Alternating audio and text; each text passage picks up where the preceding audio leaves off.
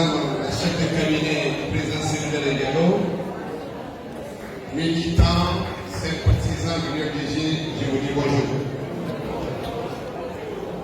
Je voudrais bien sûr, avant de commencer, vous transmettre les meilleures salutations de notre président et la Cyril Diallo, qui est un ministre du pacte. Nous sommes très fiers de lui parce qu'aujourd'hui, incontestablement, sur le plan sous-régional et sur le plan international, c'est un homme qui compte. Je voudrais ici et maintenant vous féliciter vous-même en tant que militant. Croyez-moi que pendant la saison des pluies, il est difficile pour un parti politique de tenir une assemblée générale. Aucun parti n'est capable de faire une telle mobilisation et nous vous disons grand merci pour tout ça. Je voudrais aussi remercier les CRTAB, la section motard, le comité national des jeunes, les communicants de l'UFDG. Nous vous disons grand merci. Merci aux sages. Madame la présidente des femmes, je voudrais aussi vous féliciter. Vous féliciter pour ce que vous faites au niveau du Front National pour la défense de la Constitution. Vous féliciter parce que grâce à vous, grâce aux femmes de l'UFDG, aujourd'hui, les Guinéens sont convaincus que le troisième mandat n'a pas lieu. Madame la présidente, je voudrais vous demander, je vous le dis s'il vous plaît, plus de minutes de silence. Dans la mémoire d'un de nos militants, un vaillant militant que nous avons perdu du côté de Kanta, qui était un fidèle, qui est décédé. Pour le nom de son âme, je vous demande une minute de silence. Monsieur Guergueli, qui était à Kanta, qui est ici.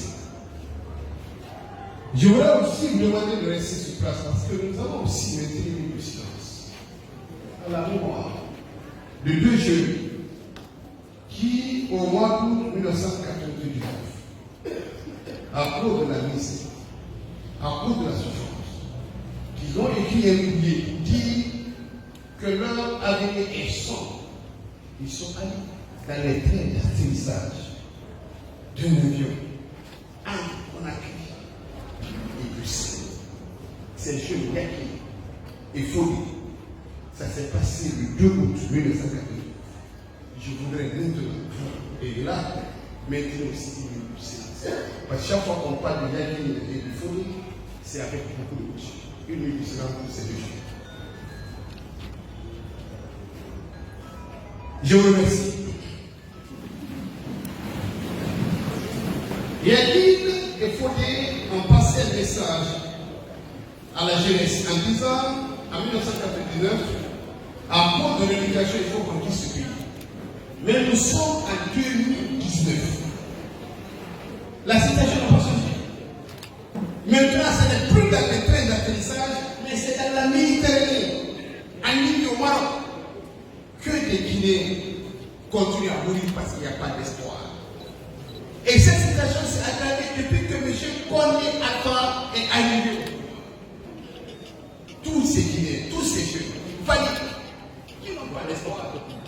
Parce que c'est difficile de faire 20 ans d'études, terminer des études, voir sa famille souffrir. Tu as ton diplôme, tu n'as pas de travail. Il n'y a pas de perspective avec le chef. Tous ces jeunes-là préfèrent mourir que de rester là, voir leurs parents souffrir. Ils préfèrent aller dans la Méditerranée. Il y a beaucoup de Guinéens qui sont dans cette situation. Et quand vous regardez aujourd'hui, les demandeurs d'asile, beaucoup sont des Guinéens. Ils sont des Guinéens parce qu'ils ont raison. Ils ont raison de demander l'asile. Parce qu'il n'y a pas d'espoir avec les chefs.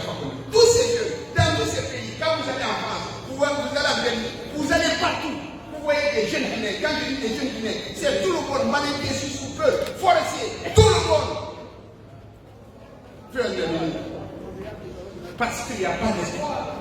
Parce qu'avec le chef, il n'y a pas d'espoir. il n'y a pas d'espoir pour les artistes, il n'y a pas d'espoir pour les cultivateurs, il n'y a pas d'espoir pour les cordonniers, il n'y a pas d'espoir pour les commerçants, il n'y a pas d'espoir pour les diplômés, il n'y a pas d'espoir. Avec Michel Fakonde, la situation est catastrophique. Chacun essaie de trouver ça. C'est triste et c'est grave. Je voudrais en plus vous parler de l'augmentation du prix du carburant. Vous savez, dans un pays normal, dans un pays comme le Sénégal, comme la Côte d'Ivoire, ils ont ce qu'on appelle la flexibilité du prix. On n'a même pas besoin de réfléchir. Un gouvernement responsable n'a pas besoin de réfléchir parce que le prix à l'international est connu. Mais si le prix baisse, il faut baisser le prix. S'il augmente, il faut augmenter le prix. Mais qu'est-ce que nous constatons dans ce pays? Quand le prix baisse, le gouvernement ne réagit pas. Dès que le prix augmente un tout petit peu, ils augmentent le prix. Ils ne respectent pas le système de flexibilité. Mais ce qui est grave, c'est le manque de respect, de considération. On se lève comme ça, un beau jour à la télévision, pour dire le prix c'était à 9,700, maintenant c'est 10 000. Sans mesure d'accompagnement, sans explication, sans respect du protocole signé entre le gouvernement et le syndicat.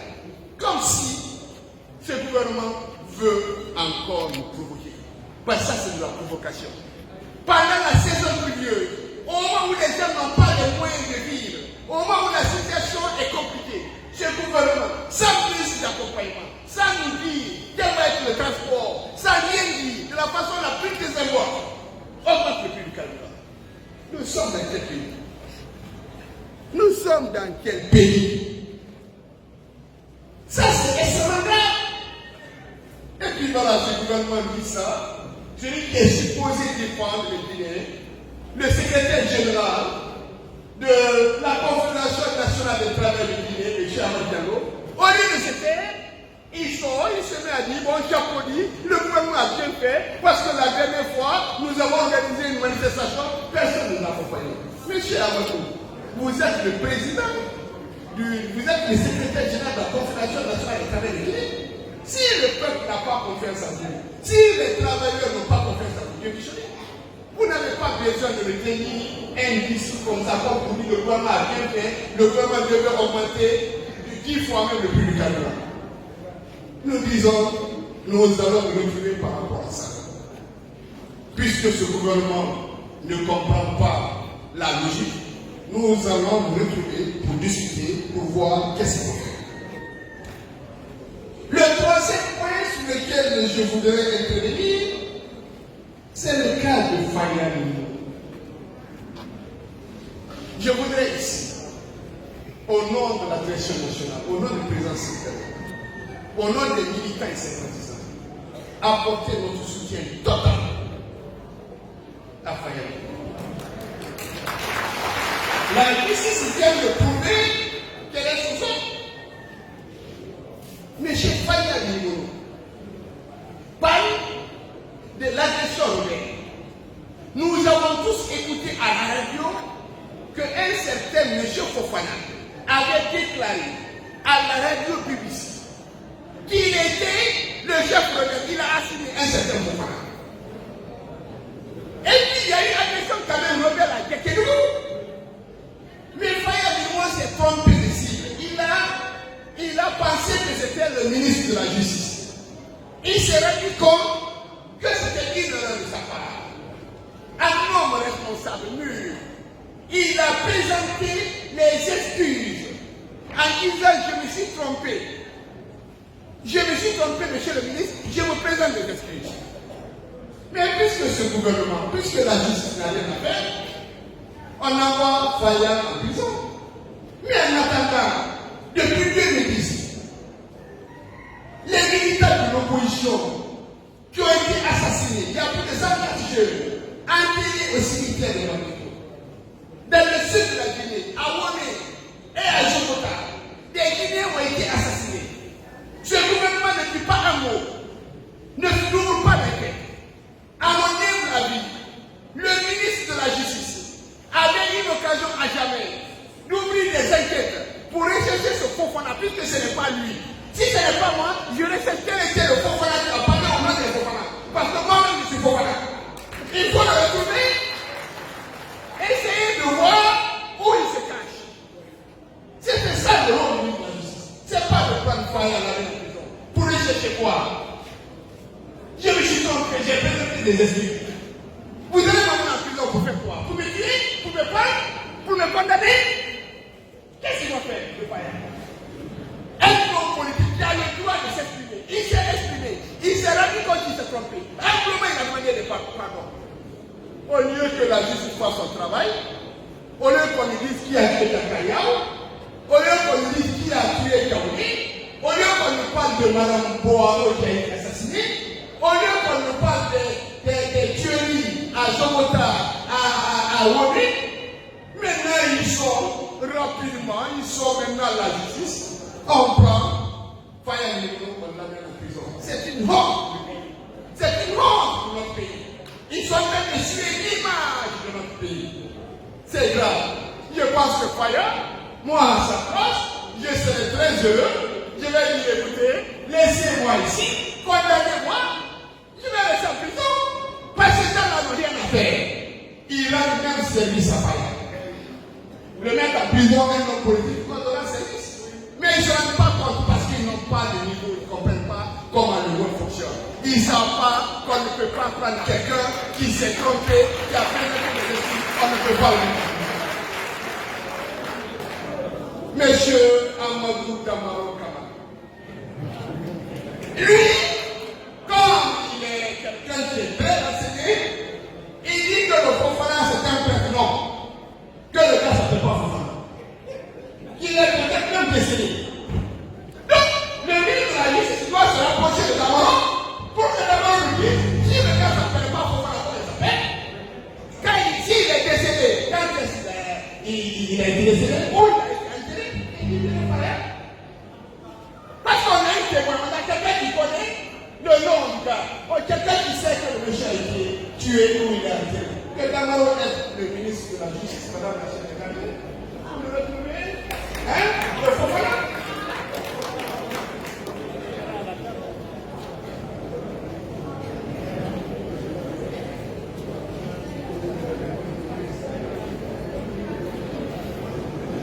Je voudrais aussi, ici et maintenant, vous parler de quel passage. Un magistrat digne, honnête, sincère, qui a marqué l'histoire de la Guinée définitivement et qui est rentré dans l'histoire par grande porte, paix à son âme. Mais je voudrais ici féliciter la famille de Kel Fassal qui a donné une grande leçon au peuple guinéen, qui a refusé qu'on organise un symposium pour Kel Fassal. C'était une très bonne chose. Je pense que ça doit donner des leçons aux artistes, aux footballeurs. Quand quelqu'un meurt, le gouvernement ne s'est pas occupé de toi. Ce n'est pas la peine de faire un symposium. Continuez à faire la mamaya. Continuez à mettre le drapeau rouge au vert sous des gens. Et faire un symposium. Je me rappelle de Papa Kamara. Il a été abandonné, cherché de là où il travaillait. Et puis on va au palais, on met un symposium, on commence à raconter des histoires et des discours. Je veux féliciter la famille de Kel Fassal. Je pense que les Guinéens, les artistes, tout le monde doit prendre l'exemple de la famille de Kel Fassal. On doit pouvoir refuser. Quand le gouvernement, vous avez rendu service à un pays, Kel Fassal a été insulté, on l'a humilié. Et les gens vous disent non qu'il était malade. Bien sûr, Kel Fassal était peut-être malade. Il avait peut-être un problème de cœur. Mais allez à la cardiologie. La majeure partie des Guinéens sont hypertendus. Ils sont malades. Mais ce qui tue le plus, ce n'est pas la maladie. C'est l'humiliation. C'est l'ingratitude. C'est ce qu'on a fait à Kel Fassal. On est allé jusqu'à dire que Kel Fassal a surfacturé le prix de Coca-Cola. Pour un homme digne et honnête, ce n'est pas la maladie qui a tué Kel Fassal. C'est l'humiliation, l'ingratitude. Et ceux qui sont responsables de ça ne pouvaient pas faire un symposium. Parce que moi, je ne sais pas qu'est-ce que le gouvernement allait dire devant le corps de Kel Fassal. Qu'est-ce que le président de la Cour constitutionnelle pouvait dire. Je pense que c'est une grande leçon. Kel Fassal, quand il est décédé, j'en ai entendu dire non, ce n'est pas 2 millions, c'est 20 millions qu'on a envoyé. Un artiste comme Kel Fassal. C'est 20 millions que le gouvernement guinéen a tiré pour sa famille. C'est une insulte pour ce qu'il a rendu comme service à ce pays.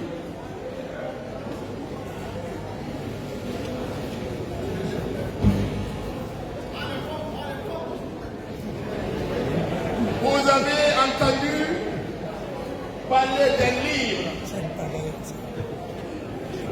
Le livre de M. Alpha Condé. Le titre du livre, c'est Une certaine idée de la Guinée. Je vais dire ce que j'en pense. Je pense que ce livre, c'est une idée de la Guinée des assassinats politiques. La Guinée des détournements des deniers publics. La Guinée des routes défoncées et meurtrières.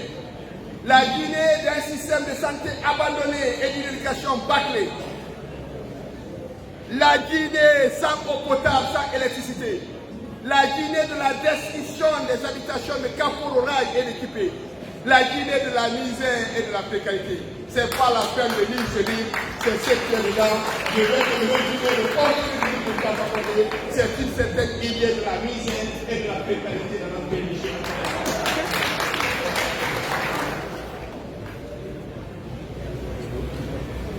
Maintenant, vous savez que le RPG Arc-en-Ciel est un parti politique qui, depuis 1991, n'a pas pu organiser un seul congrès. C'est le parti le plus désorganisé. Le RPG Arc-en-Ciel décide d'aider M. Alpha Condé à avoir une nouvelle constitution. Ils ont essayé, ils se sont rendus compte que le peuple de Guinée n'est pas d'accord. Ils se sont rendus compte que même dans le fief du RPG Arc-en-Ciel en Haute-Guinée, les gens ne sont pas d'accord. Mais croyez-moi, je suis convaincu que M. Alpha Condé, là où il hésite. Il hésite parce qu'il met en jeu sa carrière. Il hésite parce qu'il met en jeu son nom. Il hésite parce que ses amis à l'international l'ont dissuadé. Il hésite parce que tous les chefs d'État, même l'ancien président du Nigeria était là. Tout le monde a dissuadé M. Alpha Condé. M. Alpha Condé est un homme qui hésite. Il hésite. S'il n'hésitait pas, il aurait déjà fait une déclaration. Mais il sait le risque qu'il prend. Il sait, s'il fait une déclaration, ça va être le dernier jour de son mandat dans ce pays. Maintenant, les autres qui vivent de ça, qui veulent convaincre M. Alpha Condé, M. Alpha Condé a dit, mais RPG Arc-en-Ciel, vous avez échoué. Vous ne pouvez pas m'aider à avoir un troisième mandat. Ils ont dit, maintenant, nous allons créer une coalition. La coalition, on va trouver un nom. Il faut noter dans ce nom-là, il y a le mot Condé. Si vous regardez la coalition, c'est d'abord Condé pour aider à avoir une constitution. Ils ont changé. Mais si vous regardez là, dans le mot, il y a Condé là. Maintenant, ce que le RPG n'a pas pu faire, le RPG veut s'entourer de certains leaders.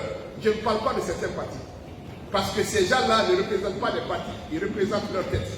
C'est que le RPG n'a pas pu faire. Maintenant, ils ont donné l'impression à M. Alpha Condé. Nous avons maintenant, madame, nous avons des gens qui sont bien. Mais un parti politique, c'est d'abord ta légitimité. Et la légitimité d'un parti politique, c'est ton poids électoral. C'est ce que tu représentes. Tu ne peux pas dire je parle au nom d'un peuple et tu n'as personne. La majeure partie de ces partis n'ont même pas de chef. La majeure partie de ces partis organisent une assemblée générale, il n'y a pas 20 personnes. Ce sont ces gens-là qui se retrouvent pour dire nous allons aider le PG, on va convaincre M. Alpha Condé pour qu'il accepte de faire une déclaration. Parce qu'il nous a été rapporté, qu'on avait demandé à M. Alpha Condé de faire une déclaration demandant un dialogue social. Le Premier ministre a refusé de lire la déclaration. Il paraîtrait qu'un ministre d'État, un haut du RPG Arc-en-Ciel, ont failli se boxer par rapport à ça.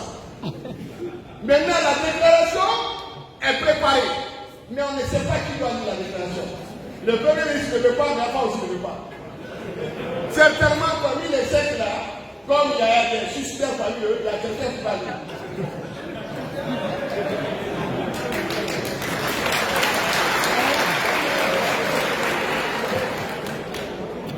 Parce que quand les gens se retrouvent, je considère que cette affaire de coalition, c'est la mamaya. C'est la mamaya. vous dire, madame la chef de cabinet,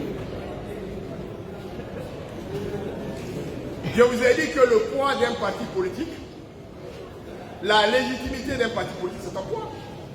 Nous venons de terminer les élections locales. Les 5,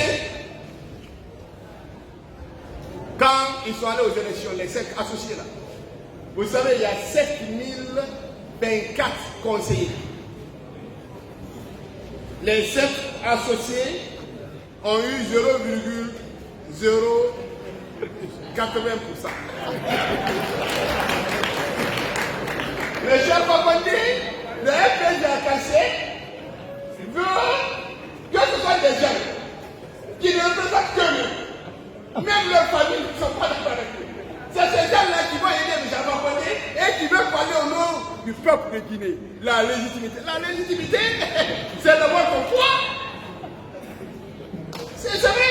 M. Fakonde a des problèmes parce que M. Selougané crée des problèmes à M. Fakonde. Parce que pour que tu sois ministre, il faut insulter Sédou, il faut attaquer l'UFDG, il faut dire que tu étais responsable, il faut dire que tu as quitté l'UFDG. Ces gens-là sont venus par passer la vie. Pour dire on ne veut pas le Sédou, Alpha Condé n'est pas. Un enfant qui sent le lait maternel, qui n'était rien dans le parti, qui ne représente rien, qui se lève comme ça pour dire mon père n'a pas été supérieur par Sédou. J'ai quitté l'UFDG. Mais j'ai pas Condé accepte de se photographier avec ce jeune qui sent le lait maternel. Un enfant qui ne représentait rien dans le parti.